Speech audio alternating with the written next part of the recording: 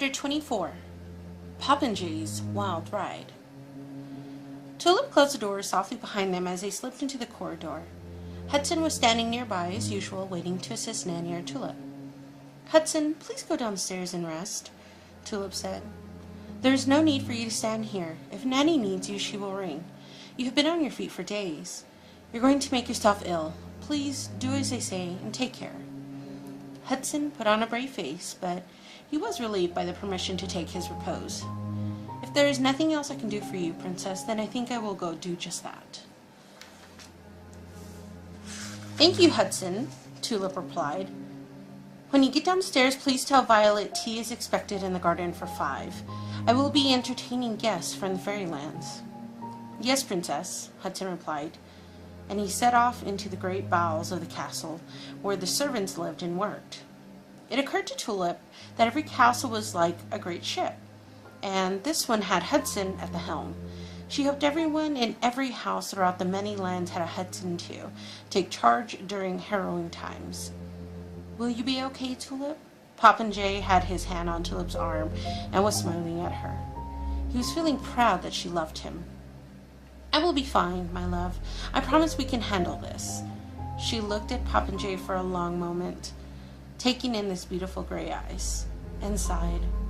"You know I love you, Poppinjay," she said, and Poppinjay blushed. Tulip wished their courtship hadn't been born in this wild maelstrom, but there was nothing to be done about it. She was just happy that Poppinjay seemed more than willing to take this wild ride with her, without complaint and without fretting over her.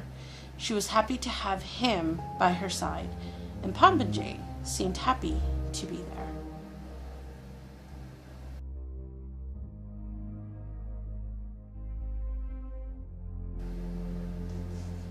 Chapter 25.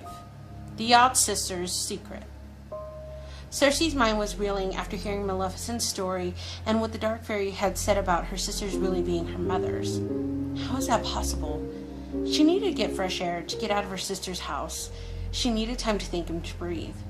Circe stepped outside and saw a woman head in her direction. She wore a lightweight black taffeta dress, which moved delicately with the woman's small gestures. The dress was bejeweled with ruby red apples and featured an embroidered tree accented with fine golden threaded little birds. "Queen Snow White?" Circe said. She had nearly forgotten that the queen was on her way. "Hello, yes," the woman called out. She made her way to Circe with a broad smile on her face. "Hello, your majesty," Circe said. "I was so happy when you wrote to say you would come. I wasn't sure if you would." Snow White smiled at Circe. "Please, call me Snow." "Of course I wanted to come. I wanted to bring you the book right away." Snow smiled and the lines around her eyes deepened, making her even more beautiful to Circe. "I could tell from your kind letter you're very different from your sisters." Snow White stopped walking and looked at Circe with a puzzled expression on her face. She was trying to connect Circe to the Odd Sisters from her childhood memories. Snow couldn't imagine this woman being related to those horrible women. Then suddenly something fell into place for Snow. "Wait, Circe, you're the enchantress who cursed the beast, Prince." "Yes, I am." Circe cast down her eyes in shame. She hated to be making that impression on her newfound cousin. "Well, aren't you brilliant? I think I've already decided I like you very much, Circe," Snow said as she looped her arm around Circe's. "From what I understand, he was a beastly person and deserved every bit of that curse." The ladies laughed and Circe felt more at ease in the company of her cousin. "Please come inside. I will make you a cup of tea," she said. "Since you're familiar with the Beast Prince's story," Circe said, "this is where Ursula found Princess Tulip, right there beneath the surface of the water, after Tulip jumped from those cliffs. It hurts my heart to think Tulip was so heartbroken over that wretched man. But the entire experience really did help her become the amazing woman she is now, so I shouldn't lament the path that brought her here." As Snow listened, her large dark eyes seemed to sparkle with some thought she wasn't sharing. It occurred to Circe that Snow White was a quiet woman. She knew she already loved Snow White, even though she had met her only a few moments before. There was an undeniable kindness within her that endeared her to Circe. "You don't talk very much, do you, Snow?" Snow shook her head. I suppose not. I talk with my mother, my daughters, with my husband, the king, of course. They are my best friends. Cersei could hear that Snow White wasn't saying. My mother is protective. She doesn't like me traveling to other kingdoms. She doesn't like me to keep company with people she doesn't know or trust. Well, I assure you, Snow, you're safe with me. You can trust me. Snow smiled at Cersei. I believe I can. The ladies smiled at each other, feeling lucky to be in each other's company, and because she felt comfortable with Snow, Cersei shared Maleficent's news with her. So, Snow began, giving Cersei a concerned look. Do you think Maleficent was telling the truth about your sisters? You seem unsure. Cersei paused at the foot of the little stairway that led to the front door of the odd sister's house. She thought about the question. I don't know, she replied finally, taking a small pouch from her pocket. Cersei sprinkled a brilliant sapphire-colored powder out of her pouch into Snow's hand. It sparkled in the sunlight as if it were made of real sapphires. Now blow, in that direction, Cersei said, pointing. Snow did as Cersei instructed. Suddenly, a house appeared before her eyes. She felt foolish for gasping, but she couldn't help it. The spell had astounded her. Snow marveled at the odd sister's house. She had never seen one quite like it before. She had never thought much about where the odd sisters lived. She always thought they just popped out of a deep black vortex when they decided it was time to torment their victims, and then disappeared back into the void in a puff of smoke when they were done. That is, until they were ready for more skullduggery with another victim. But their house really was charming. The roof even resembled a witch's cap. When she walked through the door into a bright, airy kitchen that featured a large, round window, she couldn't help noticing the apple tree right outside. Is that... Cersei pursed her lips, feeling foolish for not obscuring the tree. I'm afraid so. My sisters have artifacts from all their, adventures. Snow frowned. I'd hardly call tormenting my family an adventure, but Snow understood it was likely a word Cersei used as a form of denial. Snow had often employed similar terms herself when referring to her mother as different women, even though the woman she loved and knew now was the same one who had tried to kill her, no matter how much she tried to separate them in her mind. Hearing Snow's thoughts, Cersei sighed. Exactly. I'm so happy we understand each other. Probably even more than we could possibly know now. I have a feeling we're going to be great friends. I already love you very much. Snow White smiled. I feel the same way. After everything you've told me, I feel as though I already know you quite well. And you've shared so much with me, everything you've been through these past few days. I feel as if I've experienced it with you. It's so strange being here, being in your sister's house. I spent so many years wondering who your sisters really were, wondering what made them the way they were and why they hounded me as a child. They still haunt me in my dreams. Cersei looked concerned. Do they? I'm so sorry. If they were sending you bad dreams, I will see what I can do to put a stop to it. Now Cersei had another reason to be upset with her sisters. After all those years, they were still tormenting Snow White. It made her angrier than she wanted to admit. Come, sit down and make yourself comfortable. I will make you some tea, Cersei said. She could tell Snow didn't quite understand why she was there. It had suddenly occurred to Snow that she could have just sent the book. Why had she come? Was it presumptuous of her to intrude like this, with Cersei going through so much? Cersei smiled at her cousin. I did send you the spell so you can come, Snow. You're most welcome here.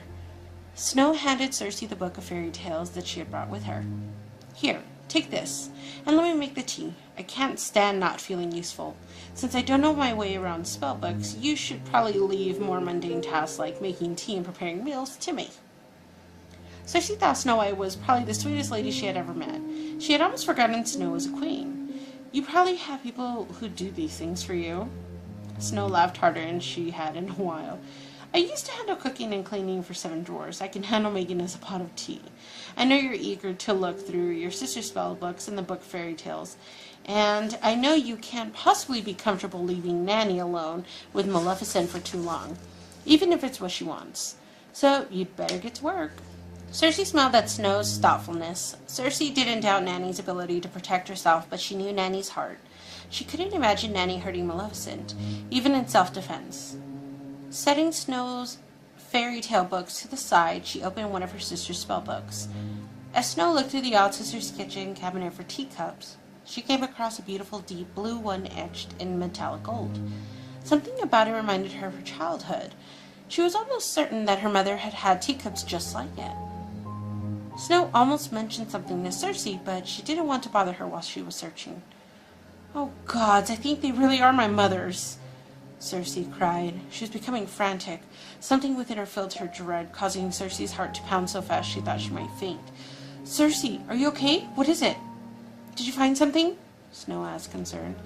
"No, I'm sorry, I'm just such a mess. I'm worried Maleficent is telling the truth and it's giving me anxiety," Cersei admitted. "Is there anything I can do for you? Do you need some water?" Snow's sweet voice rang out like a little bell. Cersei looked at her cousin. "I'm just so overwhelmed, Snow. I honestly don't know where to begin looking in all these books. My head is spinning." Snow joined Cersei on the floor. She placed her small hand on her cousin's shoulder. "You're in shock, Cersei. Take a moment to breathe.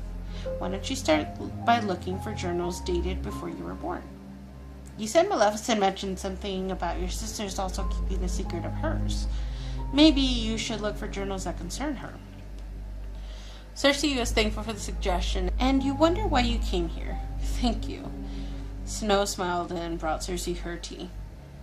"What's on your mind, Snow?" Cersei asked. Snow laughed. "Can't you tell?" Cersei shook her head. "Not always. Not if I'm not listening. I do get the sense you wanted to ask me something. Something you think might upset me? I'm wondering if you're going to wake up your sisters." Well, of course I am," Cersei said, but she herself was starting to wonder if that was really a good idea. "You don't seem sure." Cersei wondered if Snow was reading her thoughts. Are my expressions that easy to read? Snow put back the deep blue and shining gold teacup, deciding she didn't fancy being reminded of her childhood. Instead, she chose 2 cups that were black and edged in silver. "Well, if I were you, I would be feeling the same way. I'd be conflicted. Part of me would want my family back, but the other part would wonder if it was responsible to unleash them on the many kingdoms." Cersei knew what she was saying was true. And, of course, if Maleficent is telling the truth, and I have a feeling she is, I will want answers. Answers only my mother's will have. "And you will want those answers from them directly? You don't think you will find all the answers you need in these books?" Snow brought Cersei her cup of tea as Cersei started a fire in the fireplace with a wave of her hand. "I'm not sure," Cersei replied, "but there's only one way to find out." As Cersei searched through her sister's books, Snow sat in one of the love seats, sipping her tea and letting her thoughts wander. Strangely, she felt a sense of relief to be away from her mother. She was happy to be in this house with her new friend and happy to be on her own for the first time in her life. Ever since she was very small, Snow had been in the company of someone who had to take care of her. Her father, after her mother had died, her stepmother, after her father had died. It had continued the drawers when she was hiding from her mother, and of course her own children had depended upon her when they were growing up. But that had been Snow's greatest pleasure and not a burden. And now that the children were grown, it was her mother who always seemed to need constant assurance of Snow's love. It was true her mother protected her, sheltered her, and enchanted the lands around her so that she would always be happy. But Snow realized now, after some time away from her, that she was really the one taking care of her mother. She was always comforting her, making her feel better, always making the old queen feel less guilty for the things she'd done to her when she was younger. It was exhausting. Cersei could hear the thoughts running through Snow's mind, and she could relate. She imagined the scene that would likely transpire if she was able to wake her sisters, and the guilt and anguish for her part in how they ended up in the land of dreams would rain upon her head. Cersei sometimes forgot how angry she could be with her sisters because of the horrible things they'd done. Sometimes she forgot that her anger with them was justified. She didn't share her thoughts with Snow because she felt they already understood each other. She wondered if they would all be ruined once her sisters woke up. Her sisters had no love for Snow White, though Cersei didn't understand why. Often her sisters' hatred were arbitrary, And surely that was the case with Snow White. She had been just a child when they knew her. Perhaps I will find answers in these journals. Maybe after all those years I will finally get to know my sisters and learn who they really are. She had been looking through the spell books for a long while when something finally caught her eye. Circe went ghastly pale. All the color ran from her face and she looked like she might faint. "Oh, Snow! I think I found it. I think I found what Maleficent was talking about. It's a spell." "What is it?" Snow ran to Circe. "Are you okay? Come sit down over here. I will get you some water. You look dreadful." Circe was in shock. "I understand now. It all makes sense. Everything. Every foul deed. My sister's mania. My powers. Everything." "What does it say?" Snow's eyes wide. She was frightened for Circe. Before Circe could answer, they were interrupted by a terrible rumbling.